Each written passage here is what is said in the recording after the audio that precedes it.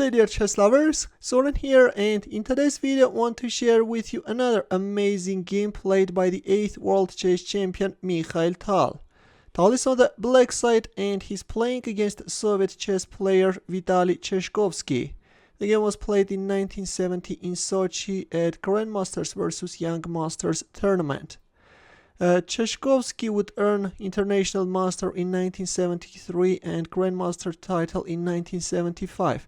In 1978, he would become the co-winner of the Soviet Championship with Mikhail Tal and would win Soviet Championship in 1986.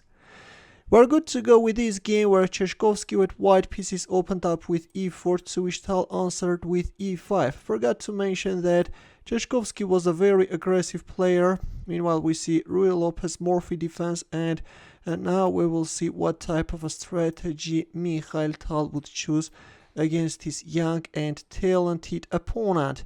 The closed variation of Ruy Lopez is on the board, which requires a huge theoretical knowledge. Let me tell you that I'm intending first to go through the game and then I will turn on Stockfish and we will analyze together. It may be possible that to c3 Tal was intending to answer with martial attack. Against an aggressive player, it's always a good idea to play a dynamic chess, otherwise when you are on a defensive side, you can find yourself in trouble. But in this game to d3 Tal answered with d6. According to the database, Tal played martial attack only 3 times in his career. In here we first see c3 and knight a5 by Tal. He is freeing the c-pawn's path. Of course, all this is a well-known theoretical stuff. Rook e8 was Tal's move, and other continuations are knight c6, queen c7, bishop b7. In the game we see Rook e8. Tal wants to solidify his king side by bringing the bishop on f8, and also in some cases black is even fianchettoing it. Meanwhile we see a long maneuver by white knight, which is again well-known stuff. Black knight goes back on c6, a3, d5. Tal is striking in the center, and this move is allowing him to open up the position and activate his pieces. Knight takes d5 was met with knight takes d5, queen takes d5, bishop b3, queen goes back on d7, knight g5. So Tseshkovsky is hitting on f7 and also is opening up the queen's diagonal. Knight d8 by Tal, and there followed queen h5. There is a direct mating threat. Tal played h6 and rook e3. Now if you accept the piece sacrifice, then rook h3 is winning. That's why Tal hurried to neutralize white's light squared bishop. Bishop takes d5, queen takes d5, knight e4. Already black was threatening to win the knight on g5.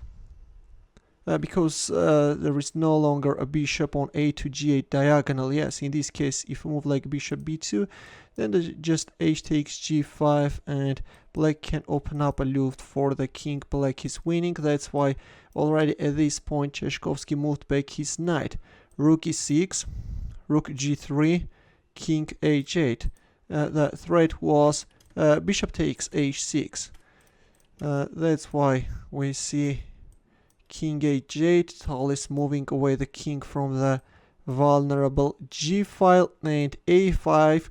Tal is undermining white's queenside pawns, and also, if possible, he wants to open up the a file and put further pressure. Later, the vulnerability of the a file will play a key role in the game. We will see that bishop c5, an exchange of bishops on c5 followed, rook f6, rook f1. Well, this is a serious mistake. Better was playing knight e4. And in case of rook e6, b takes a5. Instead we see rook f1, and now let's see what's the problem with it. Here Tal played a takes b4, and after a takes b4 made a staggering move. Can you find his next move? Ready? Well, here we go. It turns out that white's first rank, the back rank is weak, and Tal's Hawkeye spotted it. Yes, How on earth is that possible that Tal could miss it? There we have it. Rook takes f2 is on the board. First, let's finish up the game and then I will turn on Stockfish and we will cover some sidelines as well. Black didn't dare to accept the rook sacrifice and played rook e1, after which Tal just moved back his rook on f4. h3, rook a1, another absolutely fantastic move, which is allowing Tal to intrude inside opponent's camp. Yeah, black rooks are just dominating. Queen d4 check, and black rook is black queen, sorry, is on the first rank. White rook is removed, and now victory is just a matter of technique. d4, this is a very cunning move. Of course, you have to be careful, because if e takes d4, then queen e5 is winning. Yeah, you have to be careful and keep an eye on the ideas hidden behind these tricky moves. And in case of queen d4, this time rook d3 is winning. Yeah, a very venomous move, a tricky move of course, but Tal's answer was precise. He played the solid knight c6 move. Knight d6. Tseshkovsky is not resigning this early and is trying to create problems for his opponent. Rook f1. Tal could of course capture on e6, but he chose a different continuation, and this time we see rook takes g7. The position remains highly complex and requires an utmost precision, a very precise defense, yes, from black side. Rook h1 check, king g3, queen e1 check, king g4, queen e2 check, king h4, and at this point Tal decided to go for the exchange of queens. Not sure, but it may be possible that Tal needed to complete the 40 move rule, and we are on move 40, and with queen takes h5 he just wants to simplify the position as quick as possible. At the moment, let me tell you that queen f2 is allowing black to win faster. Rook f1.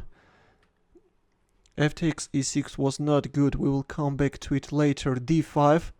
Knight goes back on d8. The rook on g7 is protected by the knight. That's why Tal wants to get rid of it. King takes h6. Knight takes e6. Rook h7 check, king g8. D takes e6. Rook f6 check. King g5 another check. King f5, and Tal won white rook. E takes f7, and after king g7 resignation followed. The endgame was really very tricky, guys, but all hail to Tal, who managed to defend accurately. Traps were hanging all over the board. So now I'm turning on Stockfish and we're going through the game while the beast is on. So maybe we should take a look at the game from this move on. You know, rook f1, a key point where already black is gaining initiative. Up to this point we had an equality, nothing special, but this rook f1 is a crucial mistake. Better was knight e4, as I mentioned earlier. In the game we see rook f1, and after a takes b4, Tal went for rook takes f2. Now in case of rook takes f2, rook a1 check is winning, and then queen d4 check is coming, and white king is getting checkmated. But let's take a look what if king takes f2. Then this time queen d4 check is coming, and again black is winning. Now if king e2, then rook a2 check, and what else white can play? If rook e2, then anyways rook a2 check. If here, then you're getting checkmated, right?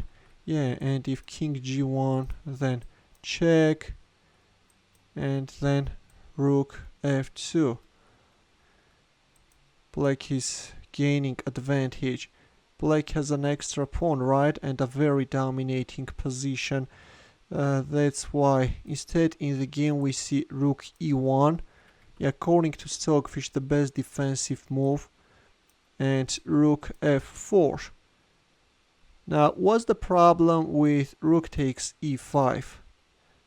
Again, this rook a1 check is coming and you are losing. Never overlook the rook infiltration. Okay, in the game we see h3. First white is opening up a loop for the king, but there is no time for it, and rook a1 is on the board. The majestic rook a1, which I really like. King h2, queen a1 check, d4. Yeah, we've already covered what can happen in case of e takes d4. Queen e5 is winning. Also, in case of queen takes d4, rook d3 is winning. That's why we see knight c6 answer by Tal, although according to Stockfish, rook f1 is also playable. Yeah, but Tal chose a different move order, which is just okay. What's happening? Suddenly the engine chose knight c6. Yeah, it popped up as the first move, although there is no difference between those moves. It may change again. Yeah. And again we see knight c6. Already he can win, black can win the pawn on d4. Knight e6, and thus Tseshkovsky is adding fuel to the fire. Now you have to be very careful. F takes e6 is not good. You are getting checkmated, sir. Yeah, a very venomous move. That's why after knight e6 we see rook f1 answer by Tal. Again, turns out that the only winning move. A mating threat is on the board. Rook takes g7, so the move allowed white to win the pawn on g7. Now we have a mating threat. That's why Tal announced the check from h1. King g3, queen e1 check, king g4, queen e2 check, king h4. And now queen f2 is allowing black to win faster. If rook g3, then check, and then queen takes e6. But it's quite possible that Tal had no time on the clock. That's why he just decided to go for an exchange and realize the advantage in the end game without once the queens are removed in a more simplified situation, you know.